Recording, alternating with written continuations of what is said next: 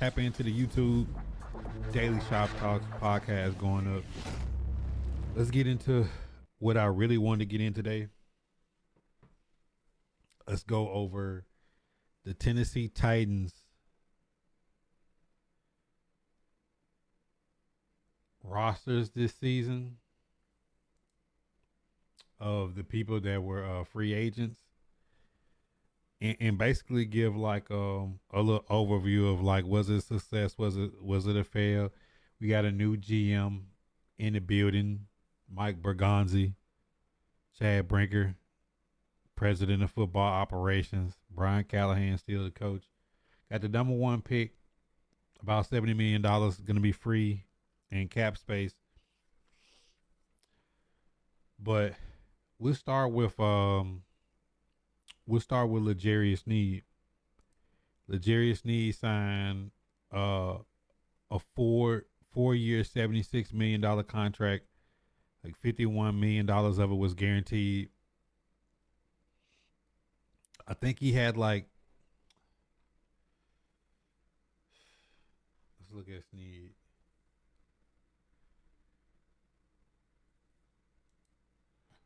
I know his statistics wasn't that good this season, obviously, with his injuries, but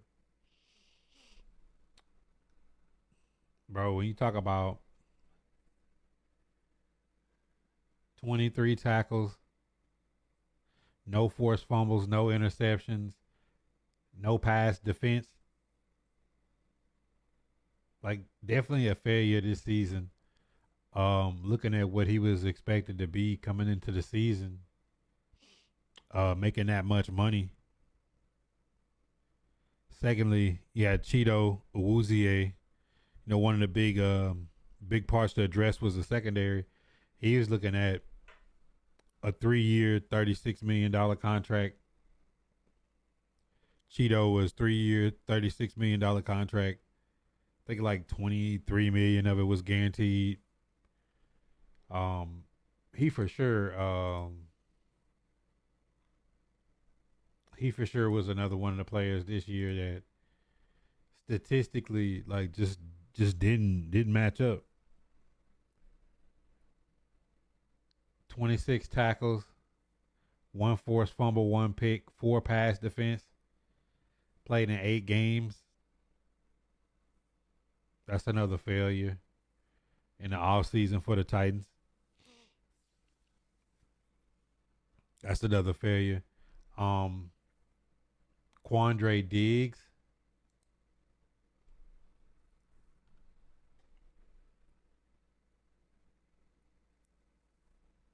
Quandre Diggs.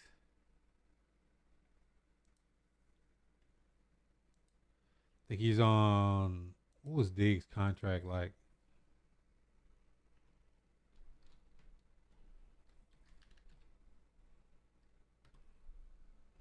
Two-time, why you looking like that?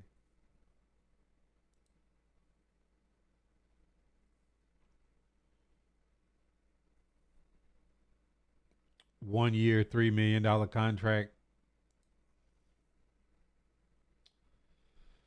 See, Diggs played in 8 games, 42 tackles, no forced fumbles, no picks, no pass defense. I say he was solid while he was there. I mean, he tackled and played his role. Uh, Definitely wasn't a liability, but I mean, $3 million. It's not like they really had a lot invested in him. And then Jamal Adams was like what, 1.2 million. Jamal Adams was 1.2 million.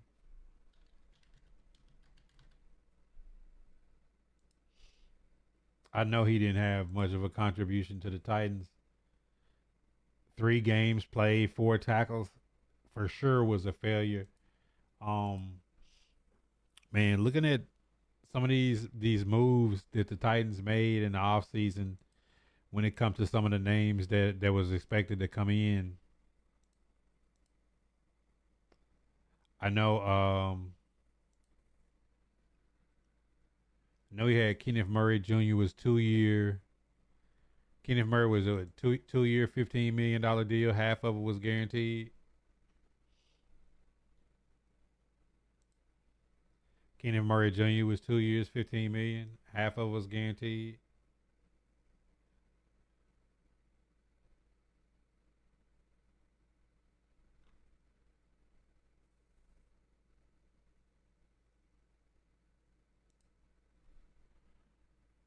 Let's look at his stats for the year. 95 tackles played in 14 games. One forced fumble, one pick, two pass defense. I mean, I think like of all the linebackers, like Kenneth Murray probably played like the most solid. Was big in the Texans game. Was out of position a lot in coverage, but when he was with Ernest Jones, I think he looked pretty solid. I think with Chance Campbell being out, Jack Gibbons being hurt, Cedric Gray was hurt pretty much the whole year. I really don't think he ever really had a running mate, and that may have been some of the reason he was out of position a lot of the times. But Jerome Baker came in, was in that Ernest Jones trade. So if you look at that overall, I mean, they was playing musical chairs uh, in that situation. Let me look at what Ernest Jones did while he was here.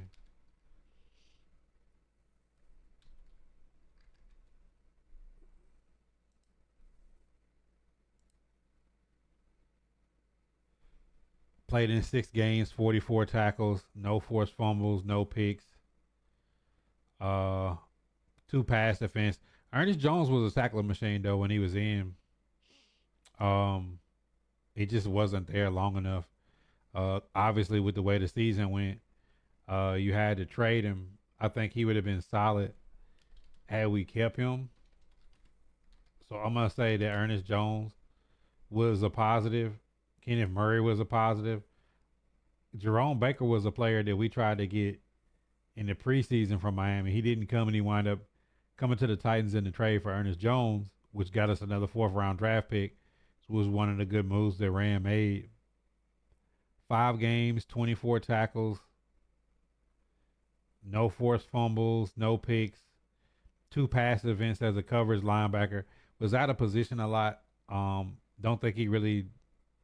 I don't necessarily know that he fits the system that of what the Titans want. I'm not sure he'll be back this coming season. I see. I know his contract was not long, if long at all.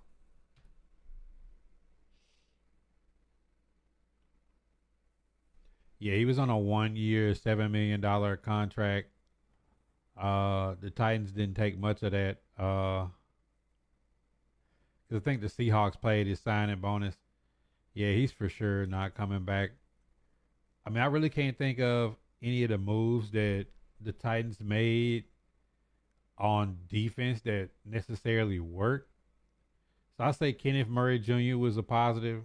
It's yet to be seen with Snead. As of right now, it's not really necessarily looking like it.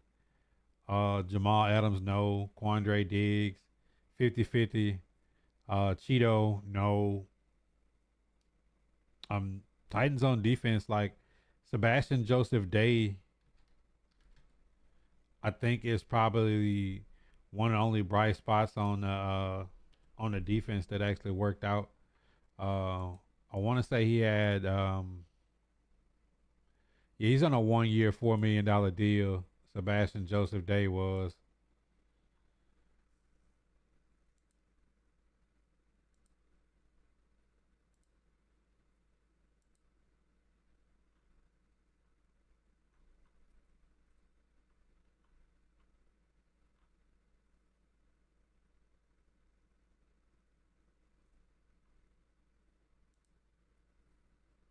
1 year.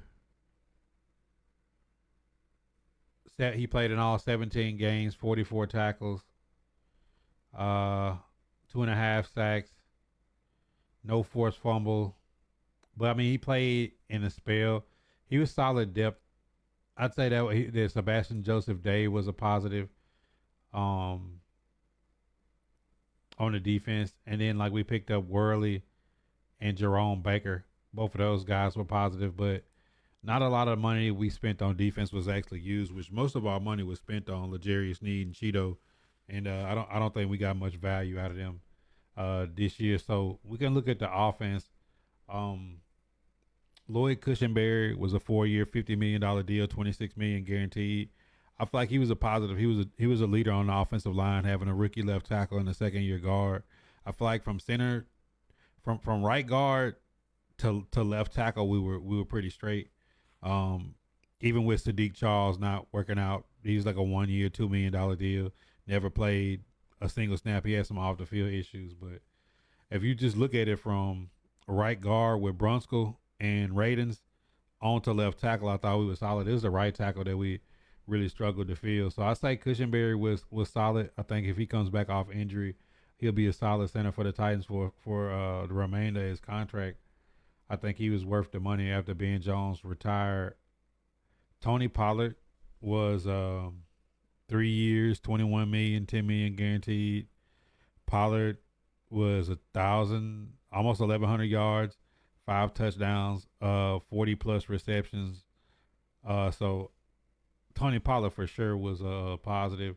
Calvin Ridley was let's look at Calvin Ridley's contract.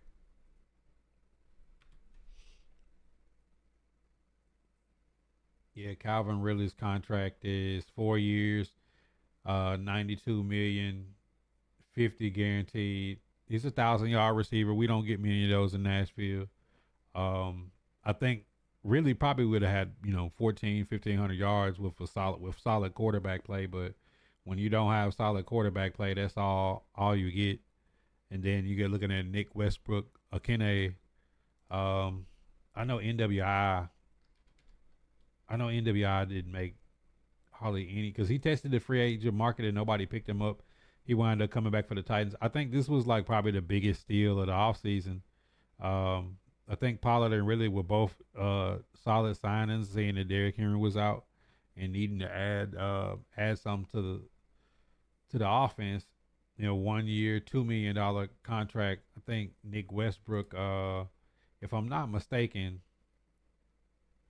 played in every single game as a spell receiver. I think he's probably probably one of the biggest bright spots of free agency, bringing him back. Yeah, he played in all 17 games, 32 receptions, 497 yards, 9 touchdowns, led the team in touchdowns receiving. You can't beat that for 2 million. Definitely a positive in free agency. I hope that he doesn't go to New England and they give him a team friendly deal to come back to Nashville. I think he'll help whatever quarterback is there. Hopefully, Shador or Cam Ward. But also Tyler Boyd. Tyler Boyd was in and out of the lineup. He had some flashes, but not really the explosiveness and separation that you need. He's an older receiver, more of a safety blanket. 1 year, 2.4 million dollar contract. Uh, we didn't get much out of Boyd to my memory. Um,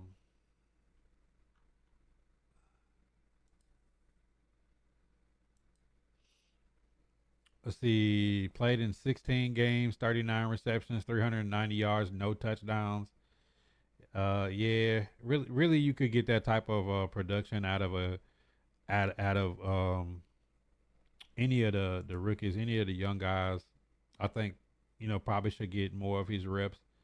I think Brian Callahan looking at him as a guy that could come in and help players learn the system, but I don't think that we got much out of Tyler Boyd this season. Uh, Picked up, let's see, Nick Vanette. Nick Vanette was on a 1 year, $1.1 million contract.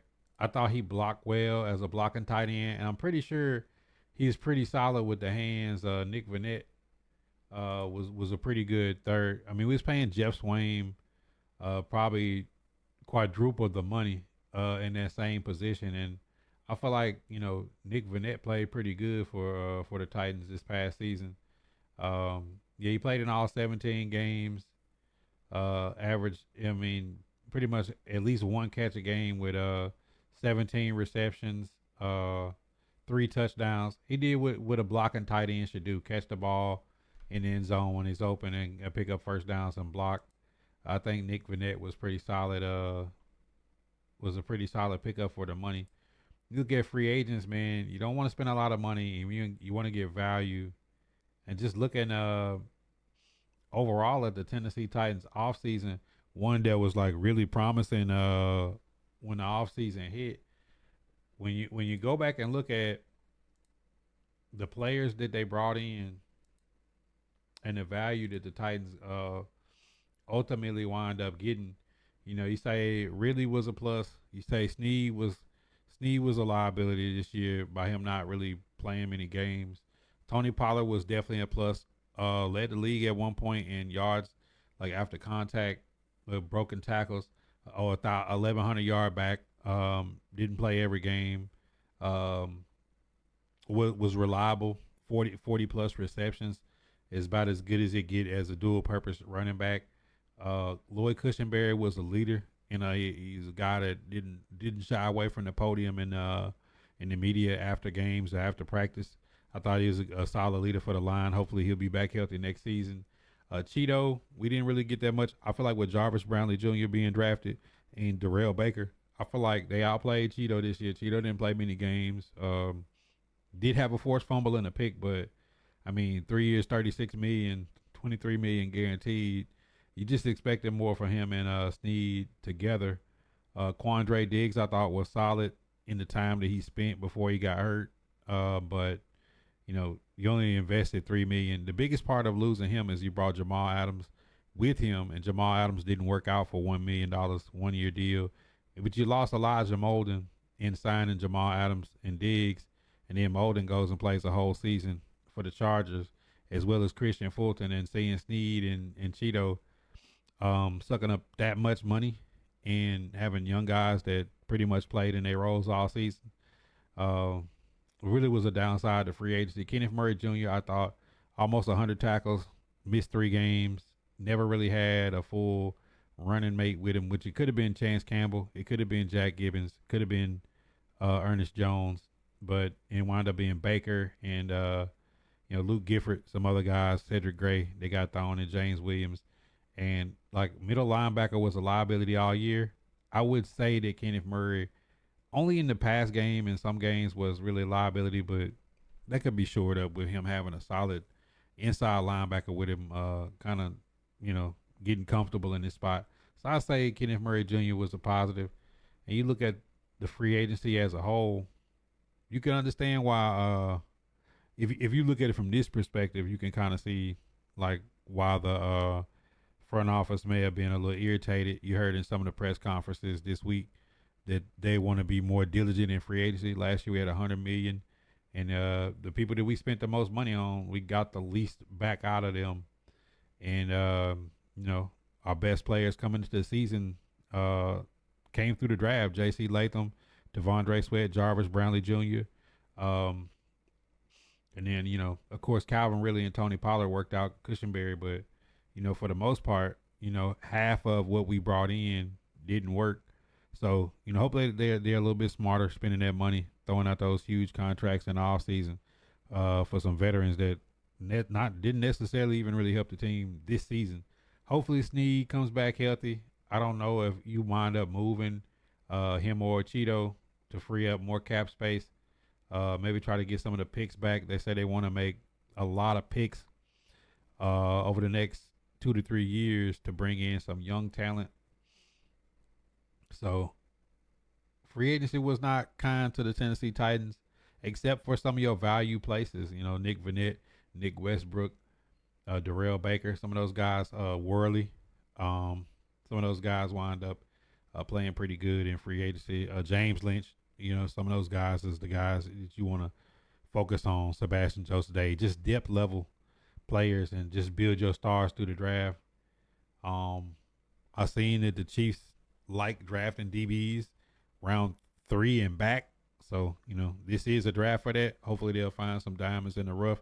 When you think about the 7th round picks of the Chiefs the last several years, you're talking about Jalen Watson, Isaiah Pacheco, some of those guys, maybe maybe Titans will be able to trade back and pick some of that up because I'm sick and tired of hearing about this bridge quarterback nonsense.